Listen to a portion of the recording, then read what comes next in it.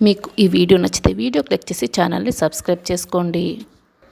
స్నానానికి వెళ్ళిన శౌర్య కావాలని రామ టవల్ తీసుకురా అని గట్టిగా అరుస్తూ పిలుస్తూ ఉంటాడు. రామ అస్మిత ఇద్దరు కూడా శౌర్య మాటలను వింటారు.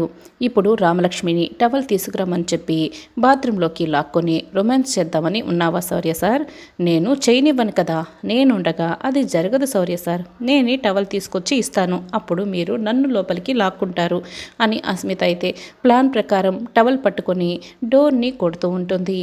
నోరు తెరిచి మాట్లాడుకుంటా బాత్రూమ్ దగ్గరికి వచ్చి డోర్ కొడుతూ ఉంటుంది. ఓహో, రామ టవల్ తీసుకొని వచ్చిందన్నమాట అని శౌర్య టవల్ పట్టుకొని లాగుతూ ఉంటాడు. ఇటుపక్క అయితే ఇక అస్మిత టవల్ పట్టి లాగుతూ ఉంటుంది. అబ్బా, ఎంత లాగినా రామ నా పైకి పడదేంటి అని శౌర్య చాలా గట్టిగా లాగుతూ ఉంటాడు.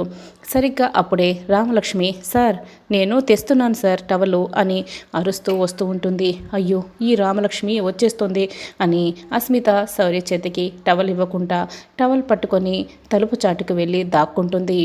అస్మిత టవల్ లాక్కు వెళ్ళేటప్పుడే పొరపాటున శౌర్య బాత్రూంలో నుంచి చాలా ఫోర్స్గా యువతలకి కింద పడిపోతూ ఉంటాడు.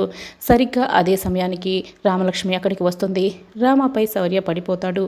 ఇద్దరు ఒకరినొకరు కళ్ళల్లో కలిపెట్టుకొని చూసుకుంటూ ఉంటారు.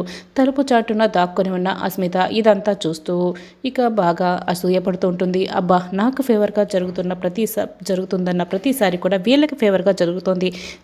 ఏంటి నా ప్లాన్లన్నీ ఎలా కొడుతున్నాయి అని అస్మిత బాధపడుతూ కుళ్ళుతో ఇక కోపంతో రగిలిపోతూ ఉంటుంది.